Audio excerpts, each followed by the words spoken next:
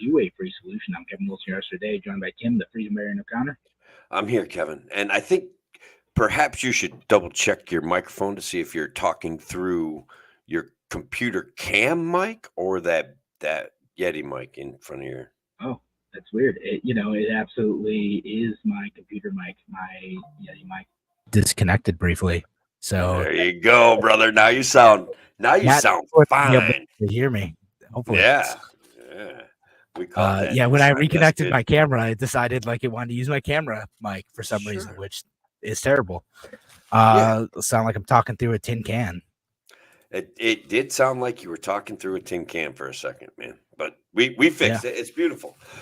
So look, man, I hope you can carry the show tonight, because this old dude has like worked outside in the rain all day, and I'm just like, I don't know, 3 beers in already. It's going to be brutal. No, I'm just kidding. I'm kind of ready.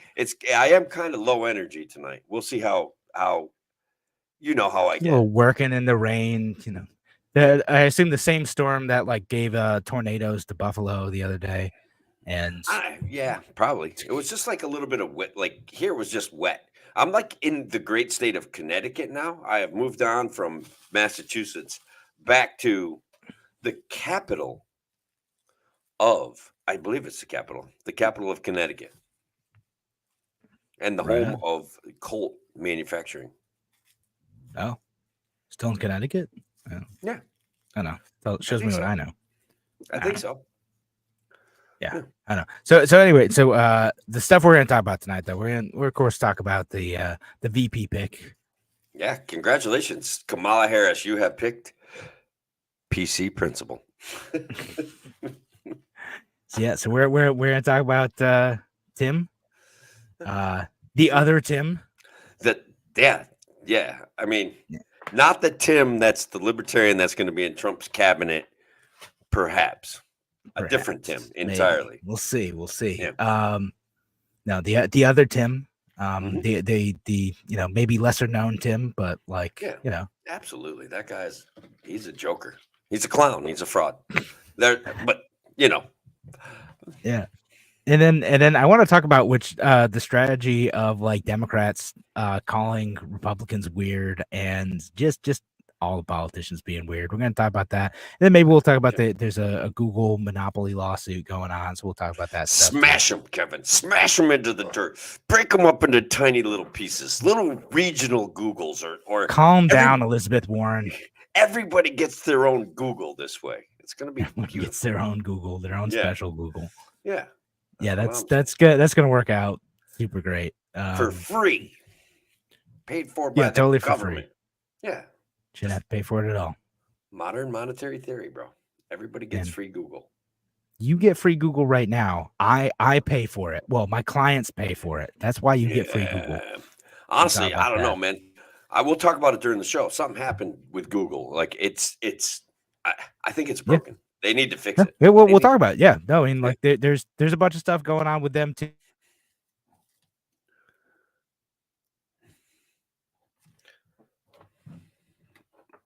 Hang on, don't go live yet. Something happened here. Oh, man. Is it me or you? Can you hear me? What the?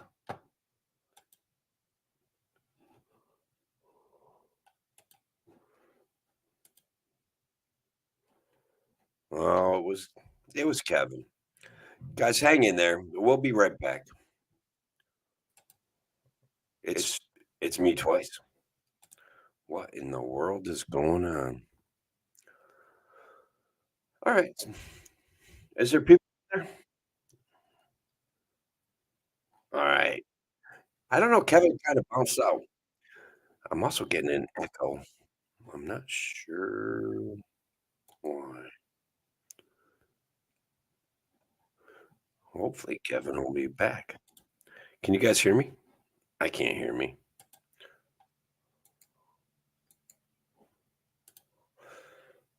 There he is. There we go.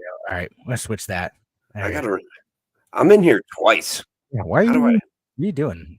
I don't know. I literally don't know. Like I panicked when you got There's two of you going there. So what happened? Yeah, how do I? Um, this is weird. It's look.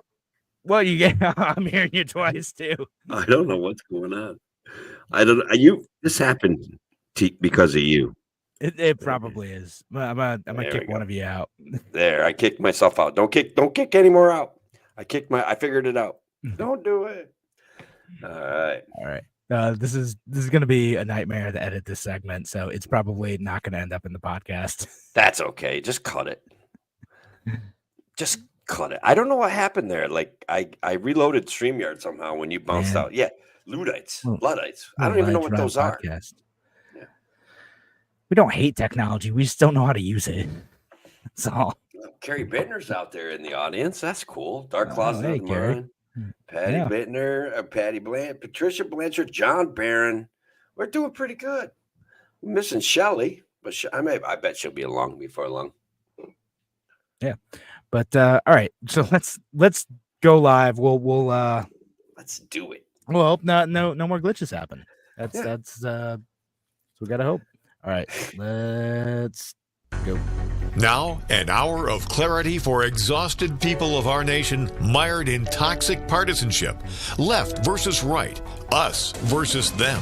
While we pay to keep our politicians fighting, how do we, the people, rise up and solve the great challenges of our time? We do it by embracing freedom and liberty. There may be no such thing as a free lunch, but this hour is as close as it gets. Welcome to A Free Solution. Welcome to A Free Solution. I'm Kevin Wilson today, joined by Tim, the Freedom Variant O'Connor. I'm here, brother. I am coming to you from the beautiful city of Hartford, Connecticut today. I'm on the road, making the world better by building solar panels. And so I'm here. Tim, world traveler, big fan of solar panels, just like the other Tim Waltz. My hero, Tim Waltz. No, that's not right. That doesn't sound right at all. Really? Wow. But, you know, Tim, you always surprise me in the direction you take the show. So, like, Tim, why don't you explain to me why you are so excited that progressive Democrat Tim Walz was selected to be the vice presidential candidate of Harris? Are you going nuts for this ticket? Coconuts, in fact? Well, yeah, because his name is Tim, and he's going to be the vice president of the United States. That's why I think he's the right man for the job. And if I stump for him hard enough, I think I can get a high rank in Blue Anon. Yeah, no, I think you could do it. I mean, let's say I'm going to go in the opposite direction just because we need some opposition on the show, and I'm going to support the Trump ticket because JD Vance has a beard, and I think that more politicians need beards. You know what? I get your vibe. You have a beard. Vance has a beard. That is as good a reason as these guys are offering the entire world to vote for them, at least at this point. Like, why not just have it be based on vibes? You know, like what's I mean, that's what 90% of the voting is, right? It's just like, I don't know, man. Like what? Like legitimately, people are like, Tim Walz, man. He seems like America's dad. You know, like he's wearing a flannel and his camo hats. Yeah, just like one of us. He's just like one of us. He's a former high school football coach. He served in the National Guard. Kevin, 3 years after he started participating in his team's coaching as the assistant coach for his high school football team, they won a state championship. That's not coincidence, Kevin. That's what Illuminati connections get you. You know, like it's winning state championships. That's I know we're going off the rails for the show. We are. This guy. But look, Kevin, here's the thing. What does he stand for? What are people like cheering him on about? What are people standing for against him? Like, what are they saying he's done wrong? Like, where are we at in our society? Yeah. So there is some substantive things to this. You know, actually, I want to keep the vibes conversation going a little bit longer, though. Like listen, folks on WYSL and folks online. I promise we're going to get to substance stuff, but like the vibes thing, because like, no, we will, because like I want to talk about like he has a few things that I like about him, like marijuana policy, nuclear power, etc. So we'll talk about some of that, And Okay. then he has some stuff that I'm not so much a fan of. But the reason I want to talk about the vibes thing is because like Tim Walz is the guy who like started the messaging of like Republicans are weird, Trump is weird, JD Vance is weird. And that's why I put in the title of the show. All the politicians are weird. Yeah. Right. Because what they're trying to do, which I sort of get, and I've seen people make this argument previously, is they're trying to say like, hey, look, we're the normal parties. We're the party just like you, Democrats. We're the party just like you. We understand you. We understand your plight. We understand the working class. You know, again, look, he's wearing again flannel and a camo hat, like he's just like us. Seems like they're trying to make him out to be the like dude you can have a beer with candidate, right? Yeah. Like, Yeah, which is sure. like it's not a new thing, right? And then they're trying to make JD Vance like into like a weird right-wing intellectual like who is talking about foreign, hostile, and like misogynistic like talking points, which to be clear, sometimes he is. All right, so let me ask you this. Like who my crew, my friends are going to be way more likely to have a beer with a guy that wrote a book called Hillbilly Elegy than a guy that was a former like high school principal. Like I'm just saying, the vibe right there goes like swings I mean, hard so redneck. like we're talking about the vibe stuff. Like I've seen people being like, "Oh man, look at this picture of JD Vance. He's passed out at a frat party." I'm like, dude, honestly, relatable. Like, It's like, wow, I get it. You know, like yeah, like man, I don't think I've ever passed out at a party, but like I get it. Like dude was a Marine. He had a good time in college. Like whatever, right? Like I don't care. Like you presenting that as something that is like, man, look how like much of a mess he is. Like I don't know. That was a while ago. It's gonna be interesting because he's like a Gen X guy, but like he's kind of got some of those millennial traits where he went to college, like in a time where people are taking pictures and starting to post them online, and he's posting his thoughts online. Whatever weird thought came to mind, he would just like post on the internet. So there's a lot of content out there for JD Vance. I hope they don't find that old Rush Limbaugh forum that I used to post on, brother. Oh my God! Once you get appointed to that cabinet position, Tim, that's going to come out. Actually would like to see what I said because I know, like, I don't. They're going to bring it up in a Senate confirmation hearing. But actually, that's funny. I was making a good point. I think honestly, I mean, even back then I was a pretty middle of the road guy. The things that I liked about Rush was like his sense of humor and his reducing things to the absolute most absurd points that he could make to create analogies that could make sense, that should sell. But then he'd be criticizing the Republican Party one day, and then like honestly, part of his critiques of the mainstream Republican Party is what made me not want to be a Republican. And was like, they are so bad. And he'd always advocate for conservatism, which arguably made slightly more sense as long as you were a real conservative. But like, we're at this day and age where those are just words that people are throwing around that mean absolutely nothing. Like conservative means tool for the GOP. Liberal means tool for the DNC. That's where we're at, man. That's kind of it. Yeah. That's so it's just weird. So yeah, it is weird. And again, the politicians are strange. So somehow the Democrats are framing some of this. The other thing I've seen with JD Vance is like they're like the story where he talked about how he got the phone call from President Trump, and like his 7-year-old was trying to talk to him about like Pokemon or something, and he related when like talking to this story about to like a podcaster. He's like, he's like, oh man, like it's like, can you shut the hell up? And people like, oh man, can you believe like he's talking about his kids like that? And I'm like, have you people ever had children? Have you ever been around children? Like, man, I love my 3-year-old. Like he is so awesome. He is so fun, but like, man, sometimes I'm trying to have a conversation about like like a medical bill with my wife, and he asked me if I'm Batman like 10 times in a row, and I'm like, buddy, I am Batman. Yeah, I'm Batman. I'm Batman. And then like, buddy, I'm like, Daddy, you Batman? I'm like, yes, I'm Batman, buddy. Okay, Daddy, you Batman?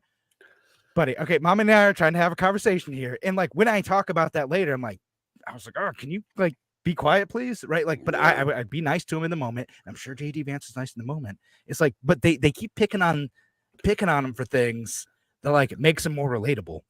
Yeah, you could ask my kids how I would stack up against JD Vance in that situation and what he apparently says that he said. And they might say, I can remember this one time when Dad got really mad and perhaps was not as nice as he could have been. It's getting a call from like what could be the future president, you know, about being on the ticket, right? Like, yeah, you know, like, and your kid's trying to talk to you about like something, and you're like, I love you, but like I need to take this phone call. Like, please. I know. So like again, like another way in which they're trying to make them look weird, but like the Democrats have shown that are intentionally in the way they're doing this, because they did it with the stupid couch thing too, right? Like, which okay, like, you know, I saw some of the memes, I laugh because like it's a meme. Yeah, like I know it's made up, right? But then they had Tim Walz out there making couch jokes. I'm like, dude, what? Like, all right, like I mean, like, because at some point, okay, the Democrats are like, okay, we're gonna say that they're weird, and then we're gonna like take what we know is a made up rumor and keep repeating it as the top of the ticket candidates. Like, I don't think they're gonna come off as like normal folks. They're gonna come off as like high school bullies. I think that's how it's gonna end up looking to a lot of people. Yeah. Well, that's a pretty nice segue into what I want to talk about next. And yet again, South Park and Simpsons, they do this thing where they characterize somebody, and that's who I see Tim Walz as, like PC Principal. This PC guy who like is this massive bully, obnoxious, the stereotypical jock with the wraparound glasses that just used to be the bad guy in everybody's story every night when they went home. And now if they couch it in PC language and liberal politics, they're put in charge. And that's where that's the vibe I'm getting from Tim Walz right now. Just like bullying by other means, like bullying, but like with intersectionality and diversity.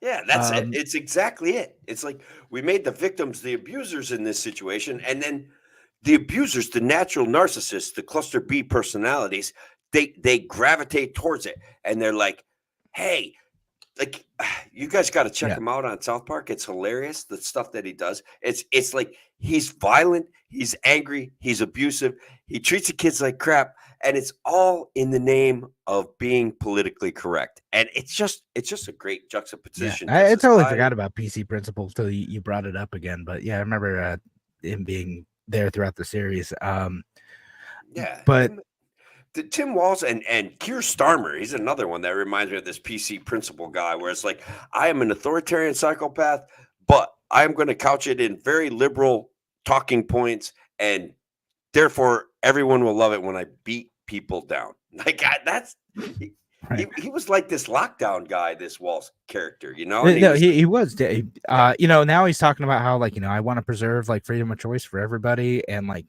man, you have like hotlines for reporting people who are violating like going outdoors. Like, it's like he had the like scandal thing. He did exactly the same. He did the same thing. Man. Like, yeah, no, like if you love what Cuomo did during the COVID-19 pandemic during 2020, except for without quite as much fame, you'll love Tim Walz.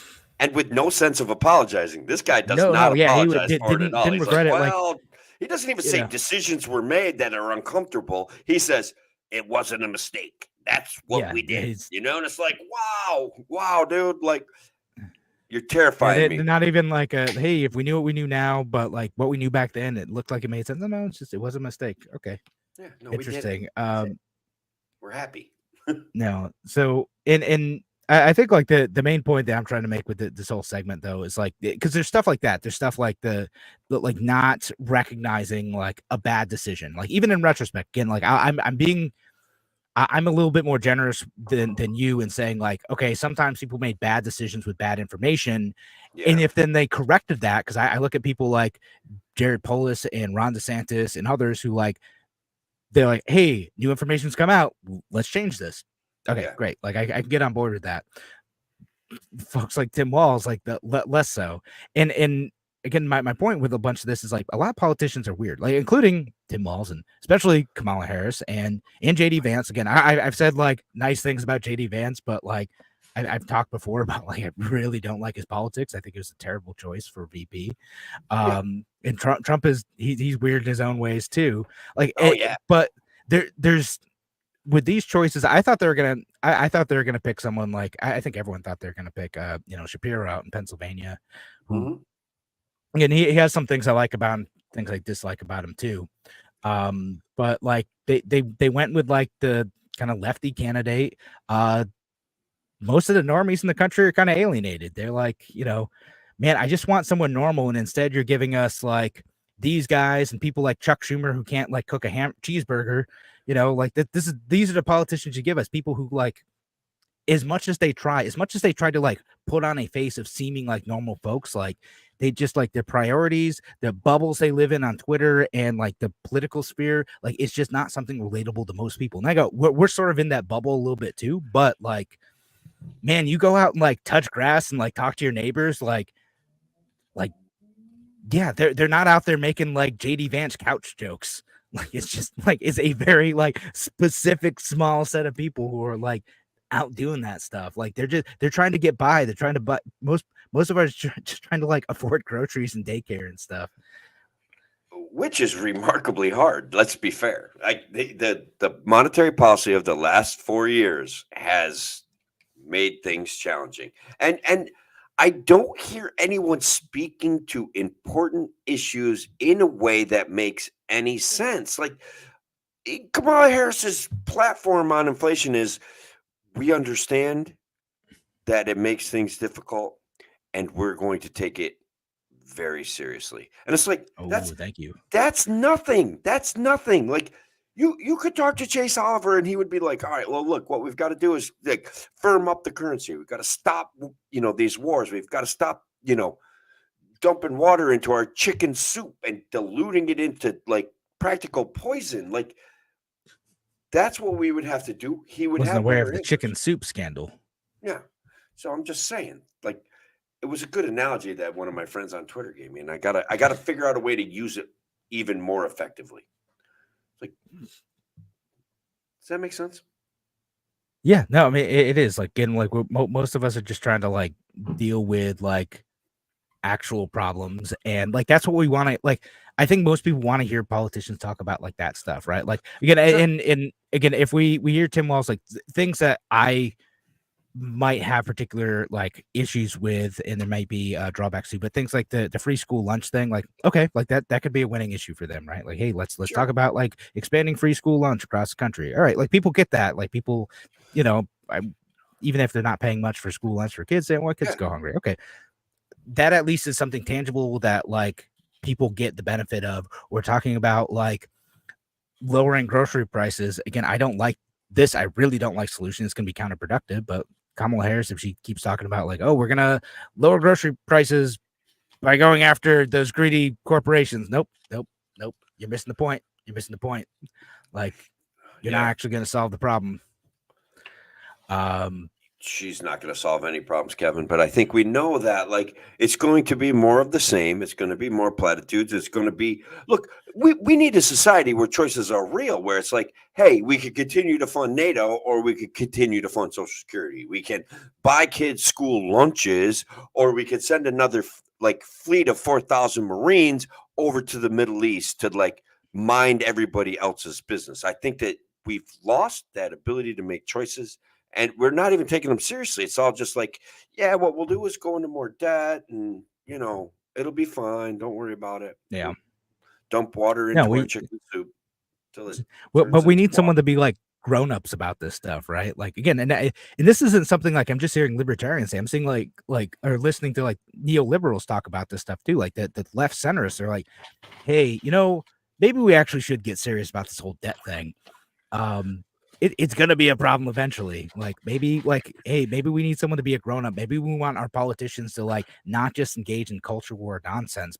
Like, and I say this to both Republicans and Democrats, but actually like say like, hey, we have some tough decisions ahead, and here's a path forward that is going to be difficult, but like it's actually going to leave us better off in the end. Cool. Like, can y'all do that? Can someone like be the adults in the room and say like, these are the tough decisions we're gonna have to make, and here's like how we politicians are going to like do our part to like solve the things that you've elected us to solve. I know I give this rant like every like 3 months of like, can we Absolutely. please elect some adults? But like no one has picked up on it yet, unfortunately. It's all butt heads all the way down, Well, unfortunately. the problem, one of the many problems, Kevin, is that like we're caught in this cycle of modern monetary theory that you and I are saying, hey, we're diluting the money supply. Hey, inflation is really bad. But then they come up with a fancy new program that promises a significant population some sort of reward for believing in them. And so they don't hear us.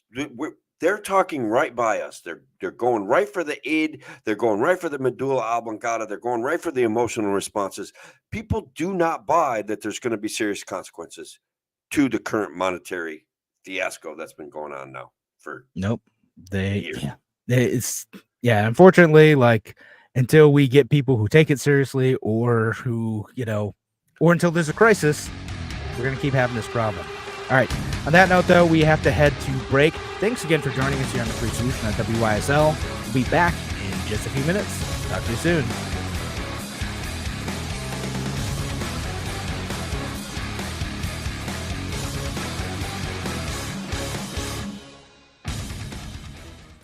All right. Yeah, that's Patty's got a comment out there. Isn't the principal the bad guy in most team books? Like, look, yeah, this guy's I don't know. I do like his vibe a little bit. The smiling, kind of roundish looking football coach. Like, appearances are good. JD Vance, his beard is pretty wild. So like, I guess if I've got to pick a candidate, I'm gonna go beard versus round old guy. And I'm not sure who's going to win yet. Yeah, I'm not sure who's going to win yet. All right. Like, I think I do like Trump way more than I like Kamala Harris. I do, honestly, Kevin, like warming up to Chase Oliver. He's a tough sell for me, but like he's coming across with like, hey, you know what we need to do? Really double down on health savings accounts, like really make these things real. And I'm like, yeah, my God, man, like that's a policy. Like that's a good practical solution. How about that? Yeah. Like, holy cow. So anyways, like arguably, like he's a tough sell for me, but I can warm up to him. He could stay middle of the road commenting on the problems with inflation, war, and like the things that I hate and decentralizing the government and I don't know. That is mostly what Chase Oliver talks about. It's just like it's just he gets on libertarian podcasts. I'm like, oh, can we talk about trans kids again? And he's just like, man, can we talk about like being anti-war, please? That would be better. Like, and look, honestly, I think perhaps he got an unfair like. What would you say? Kickoff, or there was some bitterness that caused people to really turn on him, or perhaps there was some malfeasance to get him into the position that he's in. None of that matters now. You know what I mean? None of it. No, I don't know. Maybe it does. I mean, like the malfeasance is like the Libertarian Party fundraising for RFK Jr. What a joke. That's also a malfeasance. Like one malfeasance doesn't preclude another malfeasance. I want to be clear, Yeah. Like, well, no, all right. So what you brought it up, like the specific accusation against like Chase Oliver's like malfeasance is like there was a vote on whether or not to seat certain delegates at the Libertarian National Convention, and like some people thought that the process for approving those delegations that were challenged was illegitimate, but like according to people who know Robert's rules, like no, it wasn't. Like it's just they didn't like the outcome, and now they're saying it's illegitimate. So you have people like saying they won't put the Libertarian candidate on the ballot in several states, which ruins ballot. Like it creates problems for ballot access in their states. In some situation, it creates legal issues that are going to be expensive. So places like Colorado, Tennessee, some folks in Florida are trying to do that. Yeah, but then it's weird. Like I'm not a fan of the Libertarian Party at this point participating in federal elections. I just don't think it's. But then again, that's a shrink lose You mentality. gotta do right? it though. You gotta do it. I know. Like I mean, like New York State, like it would have been great if we got our candidate on the ballot because our ballot access depends on that in New York State. Yeah, So would have been nice. and in a lot of other states, it's the same thing. You got to run a presidential candidate, and it's the only time when a bunch of people are paying attention. Like a lot of people, like including me, got brought to the party because like Gary Johnson was out in like 2012 and 2016 talking about stuff. Right. Like, and I wasn't paying attention to what the party was doing before. There probably New York State. Well, there were New York State candidates running like 2010. I think Warren Redlick was running in 2010. I had no idea who that was. Didn't even remember seeing his name on the ballot in 2010. Like, sorry, but I've had some conversations. Yeah, I've had some conversations with him on Facebook. And there was not a ton of like brand recognition as to what he was doing. But you have to participate in federal because of the ballot access rules. I agree, but we didn't even come close this year. No, we didn't even make a good effort. I don't know what to say. Carrie had great energy when she was participating heavily in the party and campaigning for Larry. Yeah. We've lost a lot of energy over the years. I don't know. I have lots of reasons why, but I don't want to be pointing my fingers, my angry stubby. No, we're not trying to be mad at the folks put in the work. Sure. It just it stinks. It's frustrating that New York State is on ballot. We've been mad at Cuomo, etc. for it too. Who deserves plenty of blame. Just it stinks we couldn't overcome that. I mean, they took us out. It was a great move on their part. With coup de grace, it was great. Props for how dirty and evil those bastards can be. That's it. Like for real, they are awful. Yeah. All right. So Doug Klasman says we should focus on policy versus what they look like or what they did in the past. That is a great point, and that's exactly what we're going to do in the next segment, starting in 10 seconds.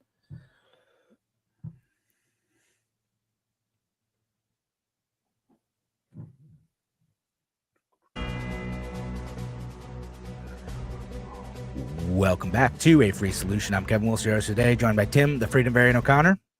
Oh, brother, I am here. That music is awesome. I hope the WSL audience appreciates it. I know the people that join us on our Facebook Lives, on YouTube, on Twitter, I know that they appreciate the nice touches that you're bringing to this show. Guys, can you help Kevin and I out? Check out the rest of our podcasts on Spotify because you WSL guys are missing pieces of it. You guys on Twitter, owe us some comments because we know you're out there watching us. You owe us some likes and you owe us some retweets. Please, guys, keep this little bit of what Kevin and I are doing growing. And look, we're here for you guys. We're here once a week. We're doing the work. So, Kevin, what state is Justin Amash from? Michigan. He's from Michigan. Well, that's another authoritarian nightmare. A hellscape. Michigan is we could have gotten VP Gretchen Whitmer. Whitmer. Whitmer. That was Freudian slip.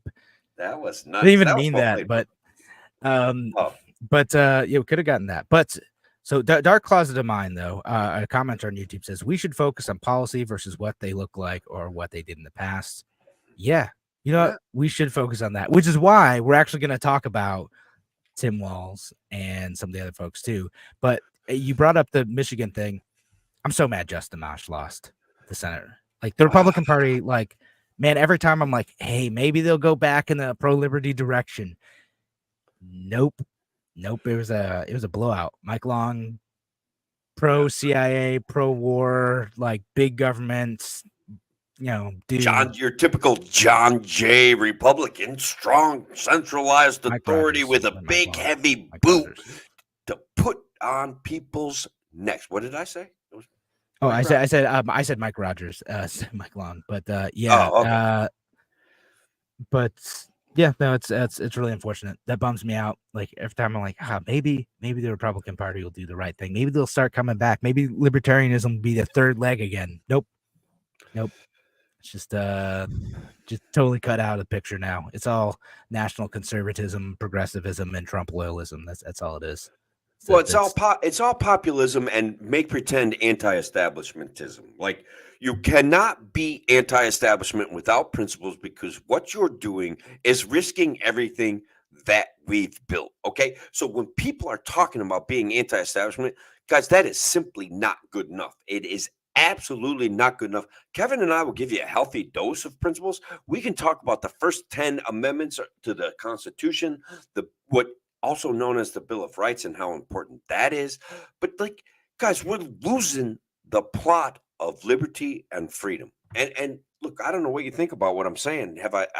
I'm an old guy that just wants a freer future for my kids. I want personal responsibility, and I know that free markets and trade between our neighbors is much better than getting thrown in the gulag for like retweeting a funny meme.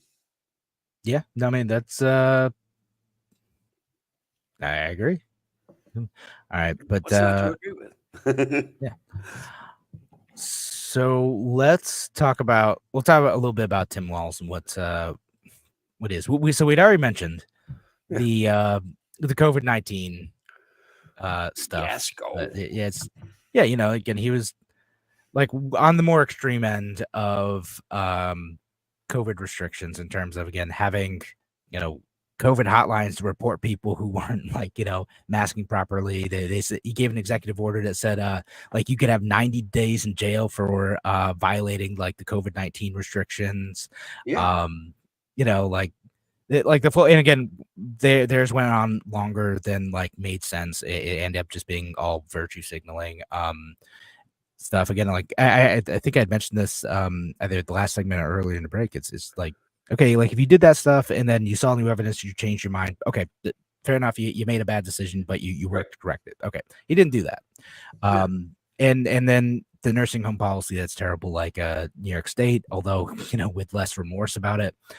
Yeah, that's bizarre, Kevin. That's the thing. At least pay lip service to the fact that the policy was bad. And this guy doesn't do that. He's PC principle personified, Kevin.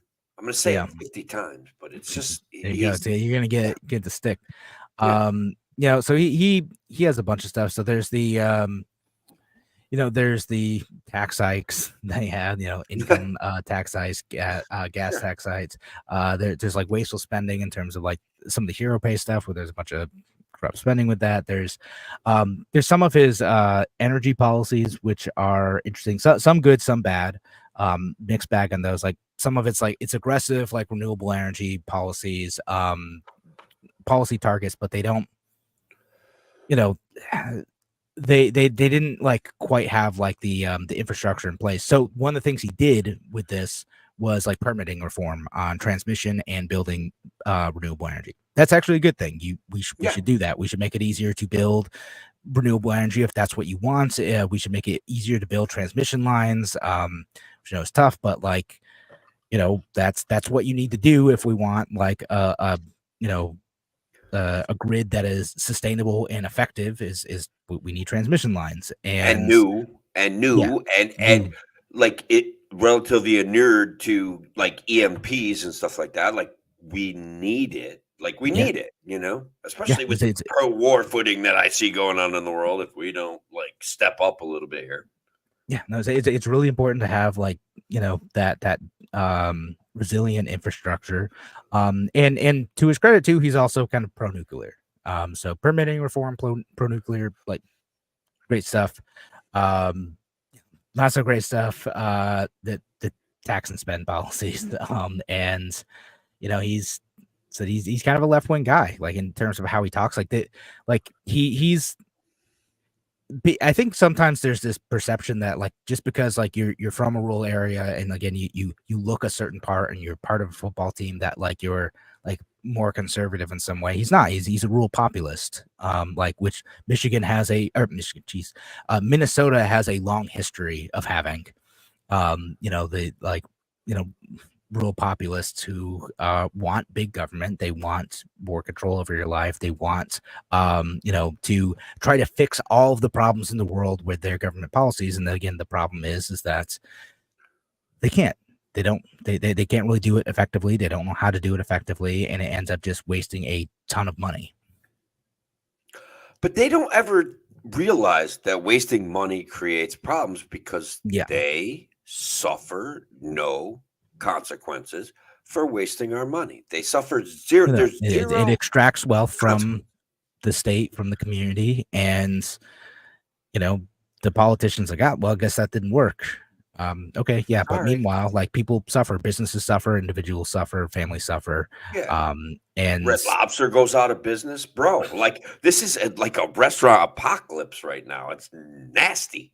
It's all because of COVID too. This the psychopath Red Lobster, response. I don't know. Actually, if we get to it, we'll talk about it in the next segment. But there is a couple rational reasons, that Red Lobster is in a world of hurt. Now, I've seen some interesting TikToks on that one on Red Lobster. And look, but I didn't mean to just totally pull you away from what you were talking about Tim Walz. I had to interject a little joke and some levity because, but again, we get to this point, Kevin, where we can make fun of these guys. We can point out their flaws.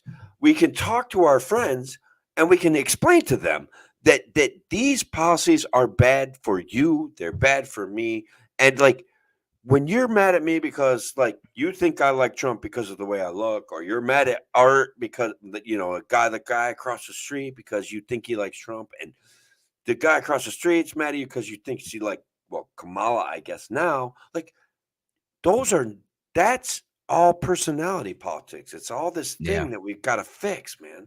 Identity politics is brain cancer. It's brain cancer, bro. Sorry. Yeah. I had to No. Like it absolutely is. Again, like it's in. Look, the historian in me knows that like it's always like in some ways like it's always sort of been that way, right? Like it's always kind of been vibes, all the way back to Plato and Aristotle, and even before them, they have quotes handed down to us through thousands of years that explain this exact situation that we're in. And they call it cluster B personalities always seek to take charge and impose their will. No, wait, that's not what they say, but that's another reiteration of it, that bad people want power and we give it to them. That's true. That's why the founding fathers set up the republic the way they did, knowing that like sometimes bad people seek power and that there's supposed to be a lot of checks and balances to make sure that when inevitably we elect someone who's not an angel, then there'll be ways to keep that under control. A system that has been unfortunately deeply eroded over the years. But I don't know, that's where we are as a society. And again, like it's just that like again, I see this stuff like trying to make it on vibes like, oh cool, he's like Tim Walz is like a dad, like and he'll show you how to, like, I've seen people like, oh man, I'd want Tim Walz to like come over and help me fix my flat tire, and I'm like, okay, cool, but like I don't need that in a politician. Like that's nice, but like that's not really what's important. And again, he's a vice presidential candidate, whatever. Like, Kamala's the top of the ticket. Like that's gonna to matter a lot more. Who's again, I'm glad to see she's moderating on some issues. I wish she would do it more. I know, but she's a terrifying authoritarian, Kevin.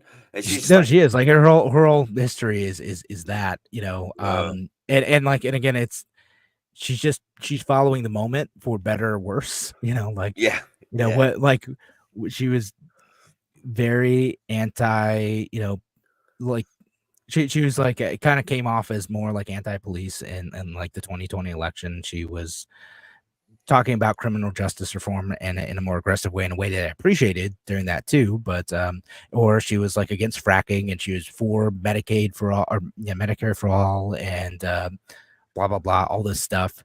And now she's walked back, like basically all that stuff. Now she's back to being Kamala the cop. She's back to being we should maybe not do Medicare for all, but make sure we get everyone insurance, and like just the Obamacare stuff. And the Obamacare stuff, we're still feeling the overhang of that. Like the drive towards socialism became a drive towards authoritarianism. It's like, buy this product that we're telling you is healthcare, when in fact, health insurance is not healthcare. What is healthcare is trained doctors who can find jobs and make money. That's something that we limit in New York State. It's absurd, you know? Right. Such a And bunch yeah, of now if we want to accept, like, okay, so again, like when it comes to issues like healthcare too, like the Democrats, like Vice President Harris, and also possibly Tim Walz too, like they can't see outside of a government solution, right? They can't, like, oh, we've just got to pay for this, right? Like that's the thing, and that's what Europe does. So we pay for this thing, and then that's gonna fix it. We just subsidize it. Okay, they can't think outside of that to imagine solutions where people are left more to their own devices, where we allow more people to get medical training, we allow more doctors, we allow more like types of healthcare to expand, we get rid of certificate of need laws, and these things are like dangerous. They're killing people. That's where we miss the plot. That's where we got to be like, these certificate of need things, it's killing people. We're losing doctors and we're losing space where doctors could occupy because they all condense into big hospitals now. Like we lost a 4-physician outlet in Oneonta, New York, and everybody has to drive to Binghamton or Norwich now for a doctor. Like it's a 45-minute to an hour drive for a doctor. It's absurd, and it's all based on the fact that we don't let enough people practice medicine. Period. Yeah. So there's a rant for you. No, like 100%. Like, and I appreciate you adding the passion to that, because I'm kind of here like, well, these free market policies they contribute to a shortage of doctors, and you're like, no, it's literally killing people. But you're absolutely correct on that. Like it is. It's not that's not an exaggeration to say like, hey, like not allowing more healthcare to like flourish, not allowing like market forces in healthcare does mean that people go without. It does mean that healthcare is more expensive. And when people go without and when healthcare is more expensive, that means that people aren't able to get the services they need to, in some cases, literally survive or lead like a healthy, happy life. And so that's a big deal. And so again, like with these candidates, and you can not just at the top of the ticket here, but like you'll see it because I'll listen to like state assembly members go on local radio programs too, like same thing. Like they're like that they can't think outside. They can't imagine a world in which like, what if we just like stepped away and saw what like comes up organically, like people starting businesses and wanting to make money serving like real needs that people have. Like what if we step away and just let people do that? Would that solve the problem? Nah, no way. We've got to fix it. Like, and whether that's from a, like, they can't imagine that or they want to take credit for it, it doesn't matter. It doesn't matter like which motivation that is. Yeah. Like it hurts people not to allow the community, businesses, and individuals to be able to fix problems and to make a buck doing it too, like, which is fine. Go to housing, we could do, all that stuff. Although to be fair, I'll give Tim Walz this one credit on the housing thing. He's pro like housing reform stuff. He's like, yeah, we need to up the supply. But that would be a big government program and yada, blah, blah, blah. No, he's pro zoning reform, like actually pro zoning reform. So he's good. Like it's not like, so like there's an Elizabeth Warren proposal out there that's like, she's like, you know what?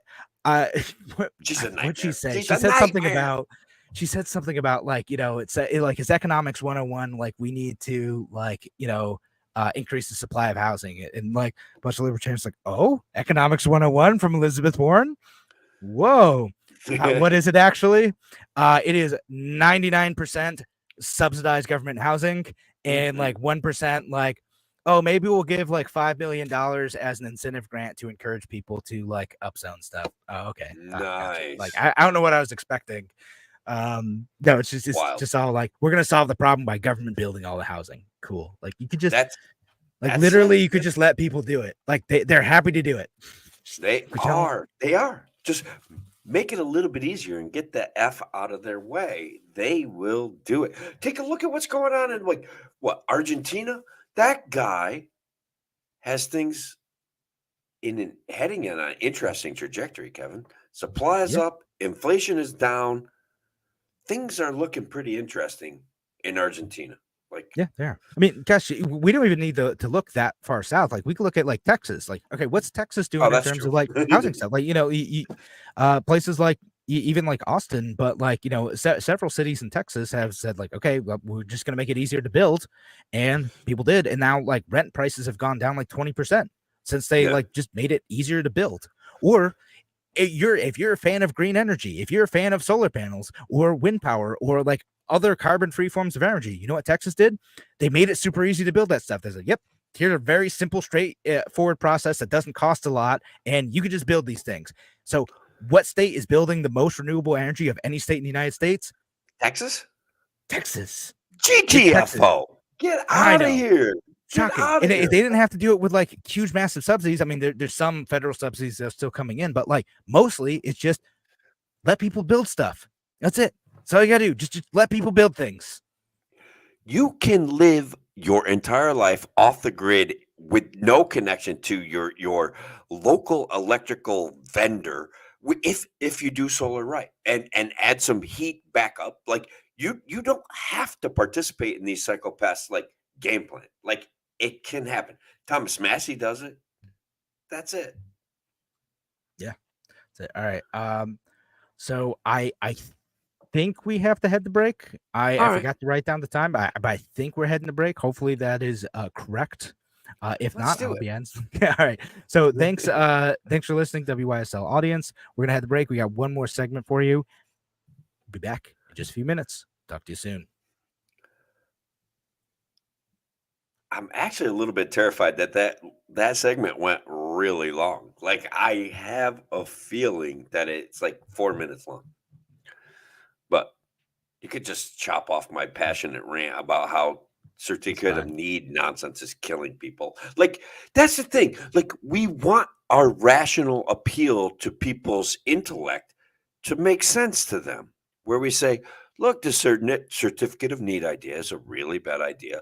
Zoning screws your neighbor over and keeps some old lady from making money off of her house. Like, but if we don't deliver it with emotion and power, I don't know that we're ever going to get anywhere, because we can lecture everybody that we want to. They're just not going to listen. We have people that are stimulating their id and their ego, and we're not doing that. We're fail, or at the very least, we're failing at that.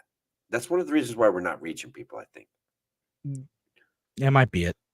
Just got to lean into that a bit more. Yeah, well, one of the many problems is that. Among that, I mean, there's also the very real possibility that people just don't like what we're selling. Does concern me. I look at elections like wow. the Michigan Senate election. I'm like, oh, maybe people just really don't like this. No, I get that. But let's compare and contrast them. Like compare and contrast Justin Amash and Mike Rogers, right? Did I get that right?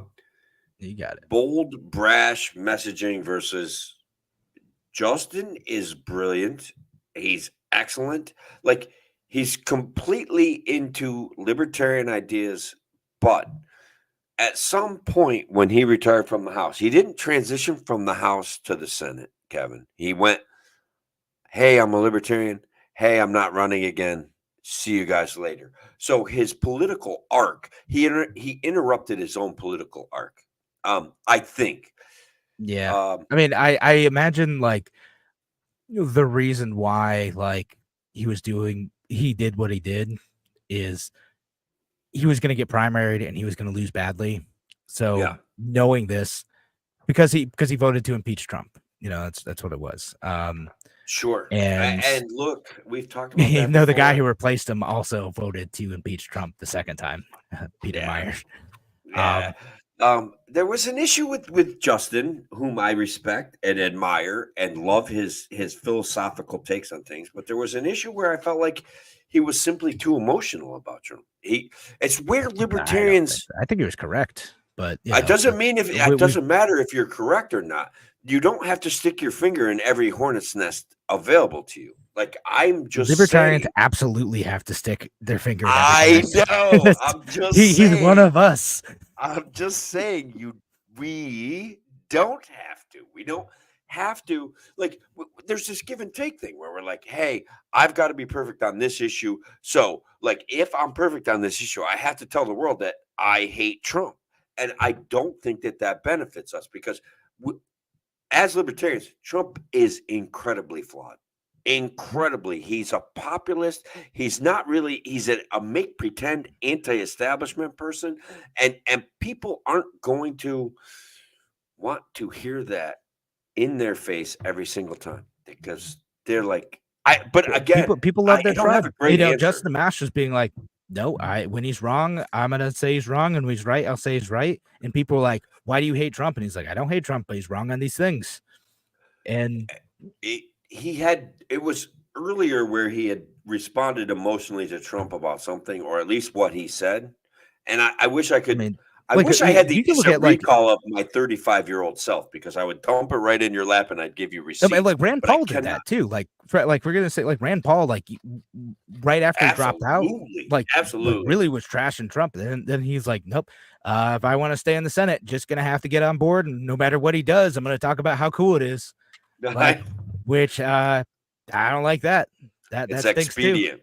It's expedient. But now we still have a guy in there saying we need a Breonna Taylor law, right? We need that's the trade-off. You be loyal to your team, and like if you want to participate in like I'm bad at this, like I'm not good at like swallowing the truth and being like, yep, team red all the way or team blue all the way. I'm bad at that stuff. I'm just I don't like doing it. Me too, bro. So that's just if I go join one of the main parties, like I'm gonna be bad at that. Like I'm not gonna get very far because like I'm like I go, what am I gonna do? I'm gonna go join the Democrats. I'm like, yeah, this Adam Bella policy sucks, and like, all right, suddenly I can't do anything. That guy's an asshole. Like, I mean, that's what it's gonna be like. You know what I mean? Like, oh my fucking God, really? And holy cow, we're not on the radio, so that's okay. But we do have one more segment to do for the radio. Bro. We do. We should get back to doing that. So we got one more segment. We're gonna talk about Google. And then maybe if we have enough time, we'll talk about RFK Jr. Maybe that'll be after that guy. Hold my beer kind of stuff. You think the other parties are weird? Let me tell you. Boom. No one's gonna out-weird me. That's right. The guy is something. At least he's funny. He is.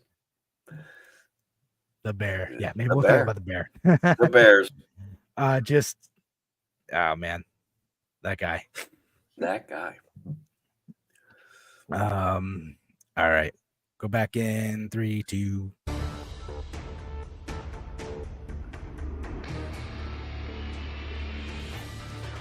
Welcome back to A Free Solution. I'm Kevin Wilson, your host for today, joined by Tim, the Freedom Bearian O'Connor. I am here, Kevin. What in the world, after we have solved all the world's problems, what this last segment, I don't know. What are we going to be able to do? Like, what can we even talk about?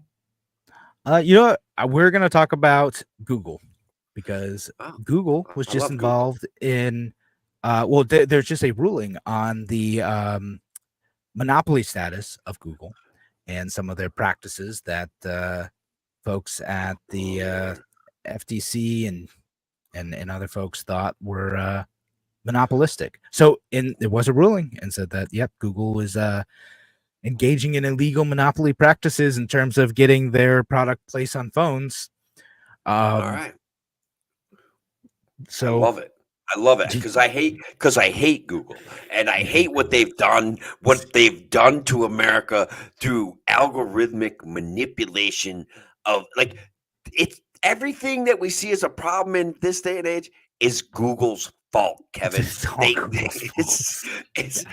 telling you, I can't calm down, JD Vance.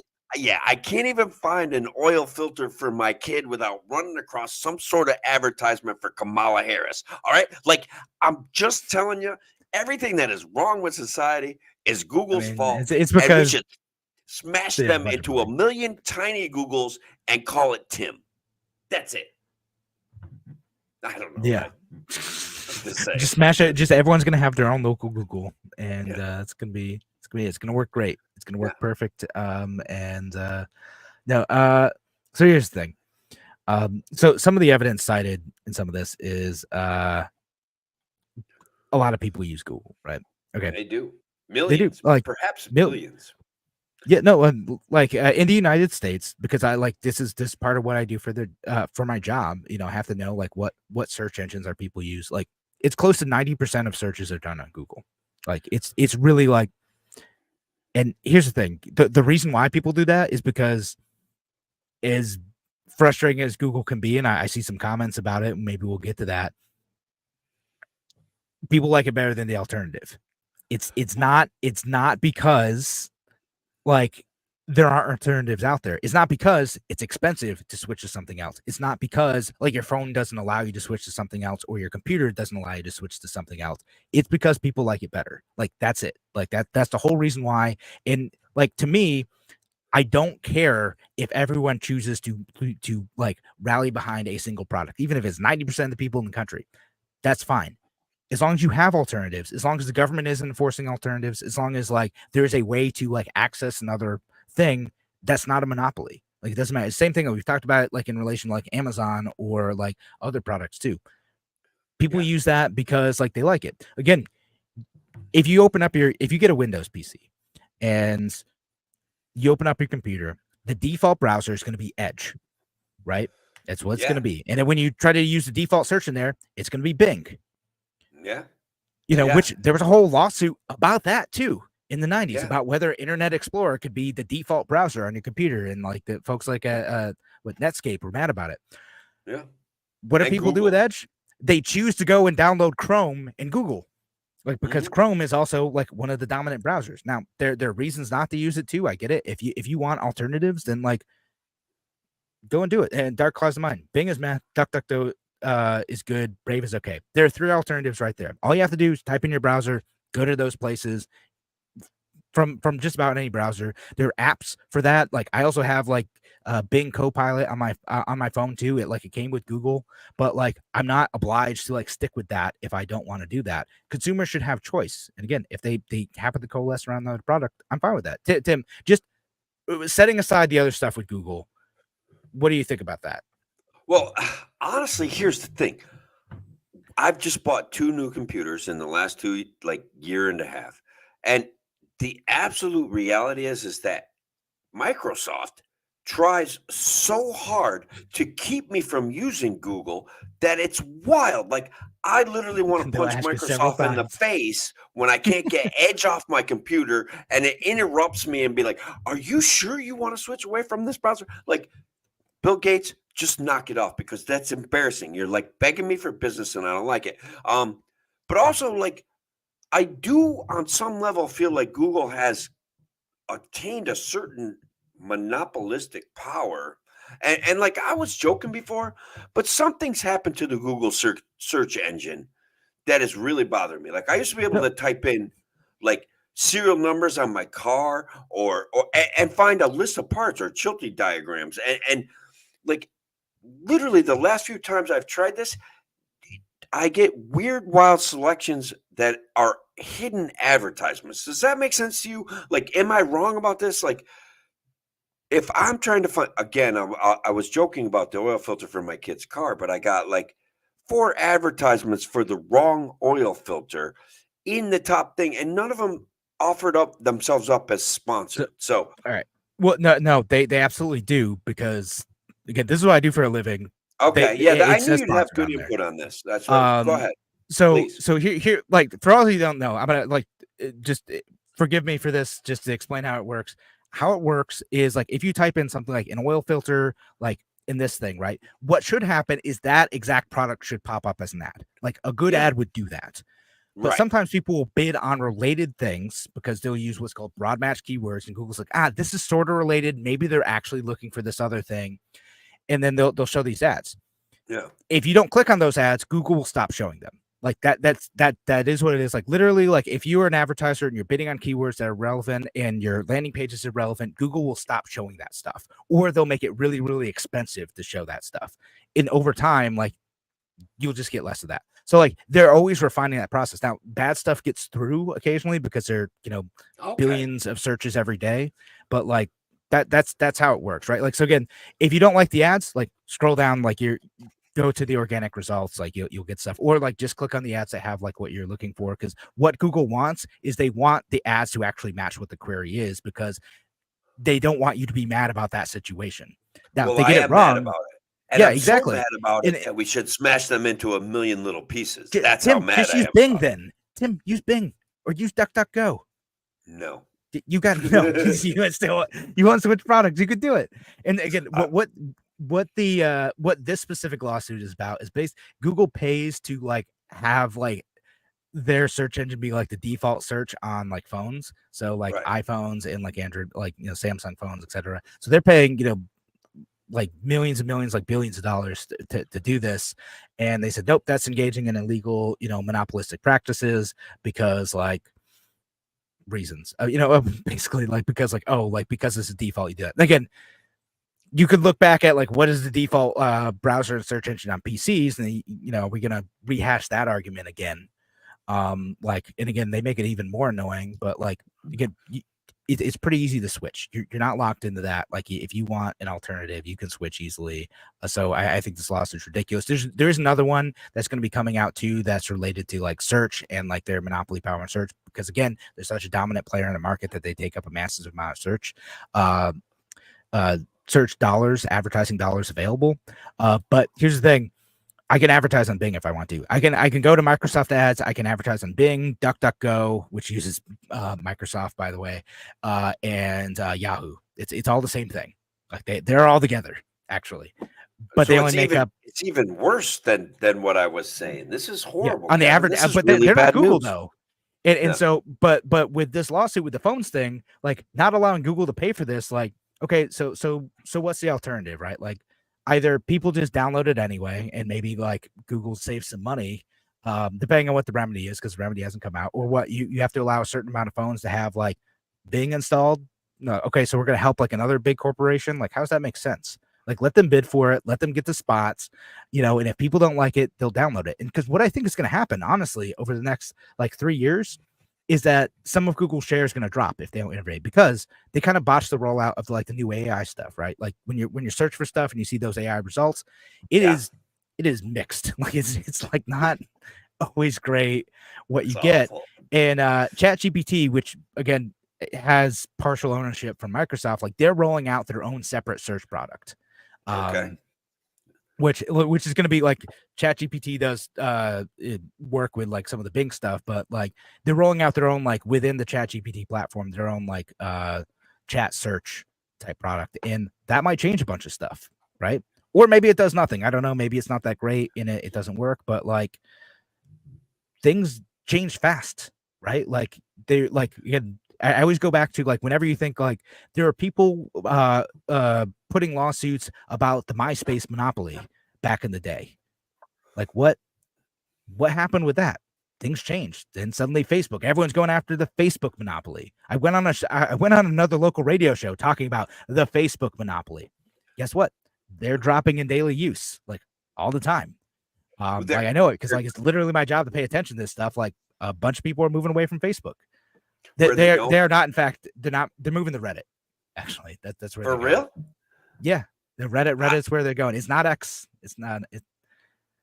I gotta think that's a lagging indicator that it's going to be X. X is active. X is popping, and X is hilarious. But I'll tell you what X does have a problem with is like Blue Anon can say like. That some propagandist from Blue Anon can say something and get 235,000 likes from a phone bank in China, and it's literally like they should have never taken analogies and juxtapositions off the SATs, because they're saying things that make zero sense, that don't go together, that offer no elucidation of our reality, and they get 235,000 likes. And of course, I'm upset about that, Kevin. I'm beyond upset about it.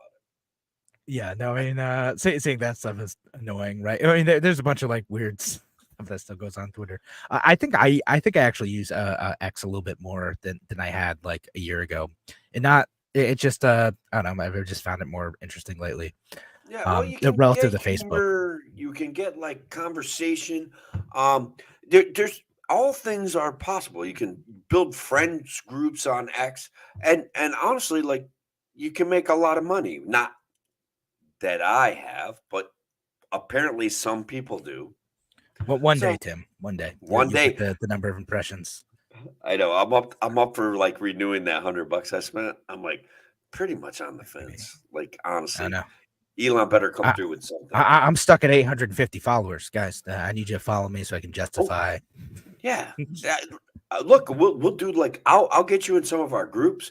We will pump. Those are rookie numbers, son. I am at Yeah. like 6,500 followers, 5,700 people that I'm following. There's potential there that we can interact in large groups. Facebook was doing that for us pre 2020, pre COVID, and then they became like the enforcement arm of the government. That's how I saw it. But like they quashed us, they forced us into smaller groups, they censored our speech. My show, Kevin, when I was doing my live presentations, I was getting 100 people in there, 50 people in there, 40 people in there. Like every single time I did one, and it was just for an hour, and I'd get hundreds of comments. And Facebook put their like authoritarian boot on my neck, and it was very annoying. And why would you do that? Like what was their end goal? And it was incentivized by the CIA. I mean, arguably, I think it was. Like that's societal control and balance. Like that's what part of their job is. So they paid them to quash my reach and everybody's reach because we were getting great groups, It's conspiracy just to get you. All right, that's fine. Yeah. So I'll get to a couple comments because we have like a minute left. Cryonic on X says, disappointed Google. I remember watching Google do something very similar to what Elon did with X. I was an SEO, search engine optimizer. I saw it. They say fairness when all the other search engines were going to charge replacement. Yeah, I mean they really were like a data driven organization, and they still try to be, but like they got to make money. Like so, I don't hold against it. That, but Cryonic also just points out like how like a lot of times they are driven by ad revenue, like which is kind of true, right? Like they got to make money though. If you want alternatives, it's out there. Like to me, like the organic search is still the best product. It's just it's what it is. Like, even with the ads, and the ads are still the best product too. Like I see it. Dark Clouds of Mind points out Chrome and Edge are the same browser. They're both written with Chromium. Yeah, sort of like they're pretty similar in a lot of respects, but like where your data goes does matter a bit. And then this person, I'm legacy of Jenny Keiser or whatever there's Jenny Keiser, on X, Jenny Keiser. Exactly. So use a Free Spoke or Brave search browser. Yeah, man, there are alternatives out there. Alternatives that definitely protect your privacy. If that's something you care about, you don't want to share your data, your shopping habits, etc. with Google. There's a ton of options. Like there's stuff out there. Like you can really protect your privacy. You just got to work at it a bit because all these companies are trying to make money off of people like me who are putting ads on there on behalf of companies who are trying to sell you stuff. That's really all they're trying to do. Everyone's just trying to make a buck. And they're doing it with honestly serving your neighbor and making a buck is exactly what built the largest government with the largest collection of parasites ever known to man. And that's a very simple premise. We can do all of these things, but like we've got to get back to the basics, Kevin, or we're gonna topple over. The parasites are like poisoning the carcass or making a carcass. It's bad. They're bad. All right. They're bad people. Bad people. Bad people. I'm just gonna go with that. All right. So on that note, we are out of time for the show. Thanks again for joining us here on A Free Solution on WISL. If you're listening to the podcast or you're listening to the live show, stay on. We're going to talk for a few more minutes, but we'll be back next week, WISL audience. Thanks again for listening. Have a great night, folks.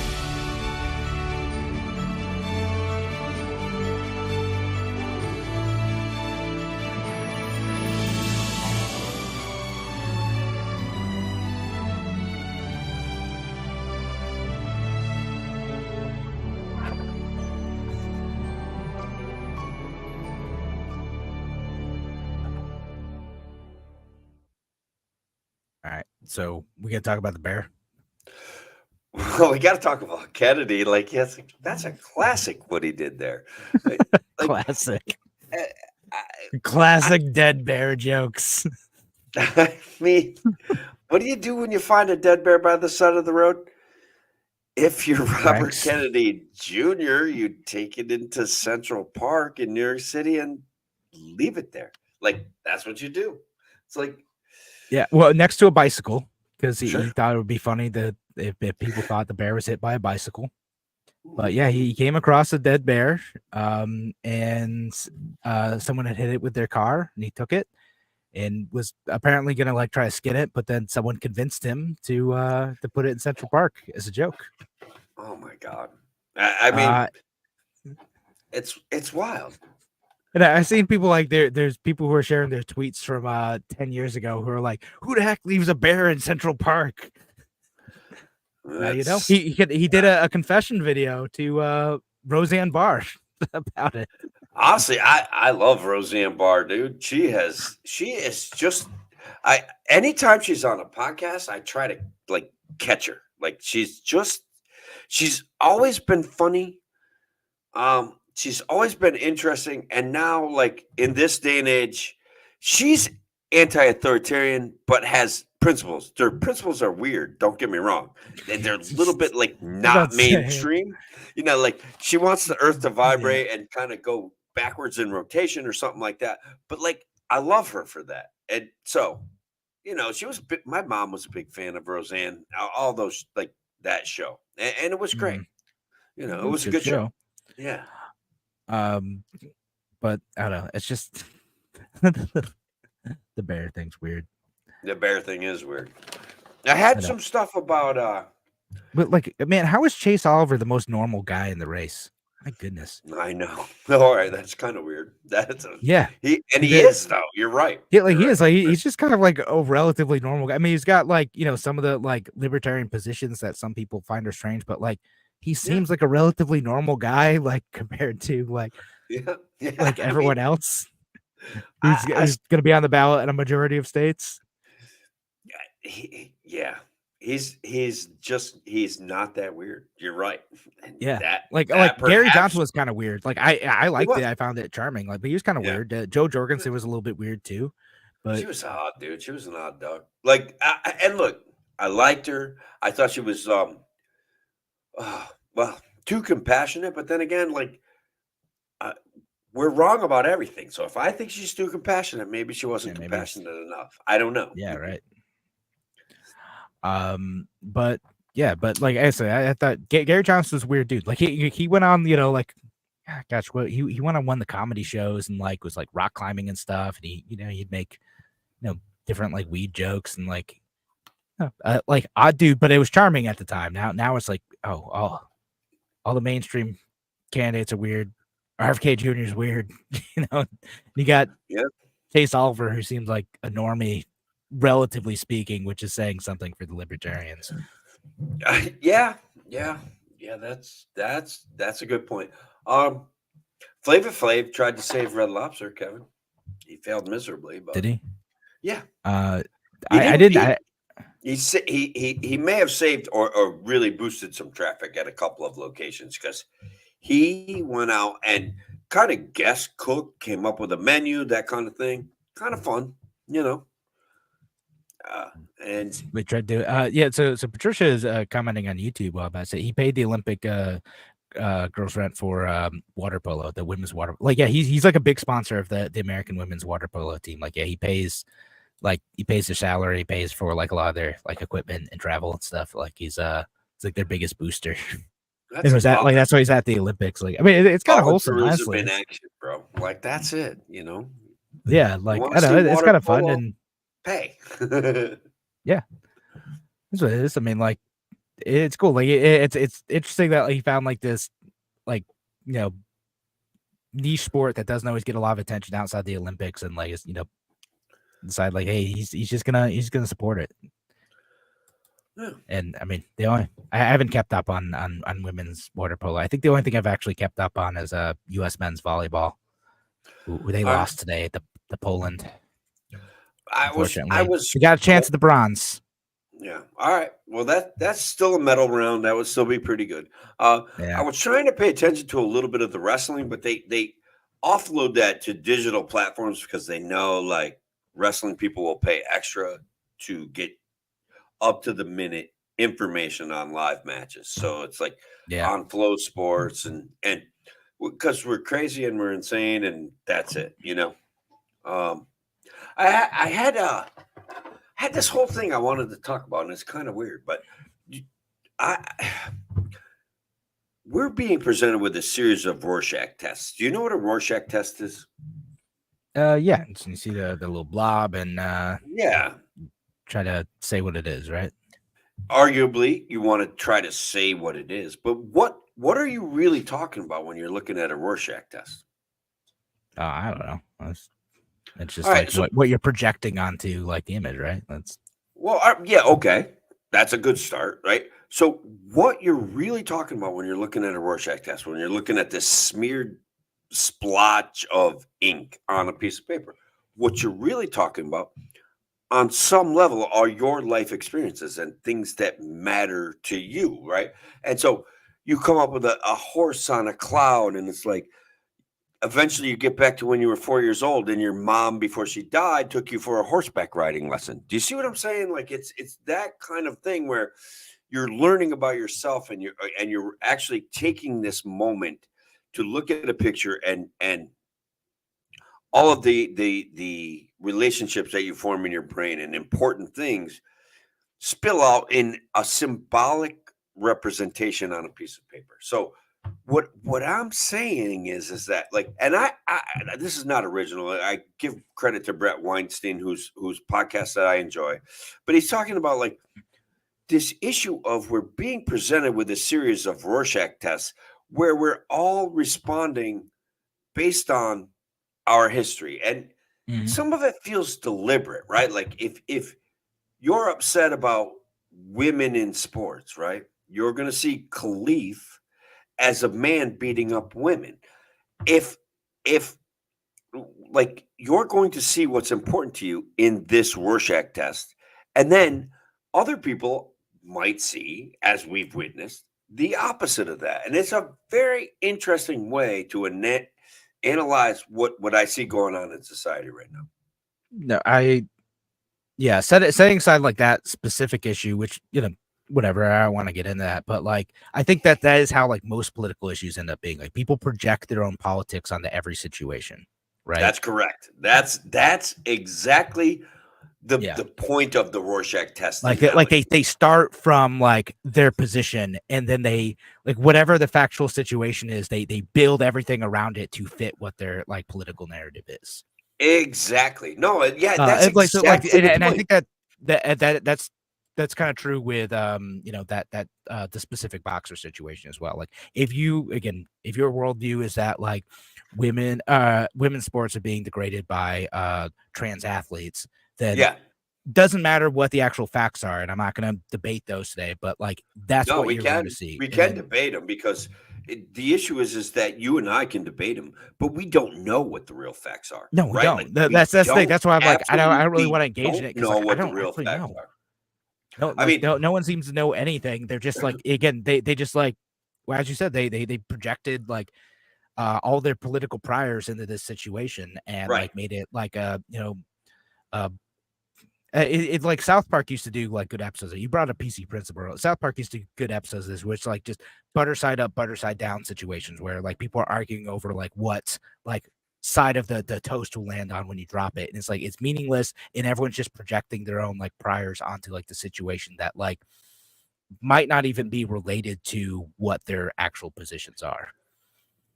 Yes, exactly. So there was this deal of there's a lot to talk about Khalif. I think we should either not ever talk about it, or save it for another show. But it's very interesting where it immediately became a divisive focal point for practically the entire world. And I think there's a lot there, but it's just like, arguably, every time I've ever looked at a Rorschach test, all I've ever seen was smeared ink on a piece of white paper. Perhaps that's why I ended up as a libertarian. Does that make sense? Like, I do fall for conspiracy theories. Just and too honestly, realistic. honestly, this Trump shooter thing, Kevin, I don't know. Like, look, I'm telling you, I was a big fan of government incompetence, but now I'm just like, the more I dive into it, it's dude, they've weaponized incompetence. That's all I can say. Rorschach was I watched The Watchmen. He was the best character. You're absolutely right, Dark Closet of Mine. He was vicious. It was great. Yeah. Yeah. Yeah, I gotta watch the HBO series. I still haven't watched that one. I watched the movie way back in when, but Oh, Shelly, we were talking about you, Shelly. We were kind of wondering where you were. Thank you for stopping by. Hope you're thanks for well. being here. All right. Well, All right. It's late, bro, and I'm in a hotel room. I haven't had a cigarette for an hour and a half. I gotta hit it, bro. I'm like, need some nicotine. No, you can't just smoke on the show like you took away your freedom to just smoke in a hotel room. Well, it's not. I could do it, but it would be like $250 extra for a room cleaning charge. So isn't that not worth it? No, it's not worth it. Not worth it. Absolutely not. Because first it would get billed to the people that are paying for my hotel room, and I'd have to answer for that. And that would be really awkward. That would be really awkward. So not gonna do it. Fair enough. And then Shelly gets me because it is ink marks on a paper. That's it. All right, brother. I had a blast. Yeah. It's a fun show. Thanks everyone for watching, listening. Appreciate y'all. Have a good night. All right. Good night.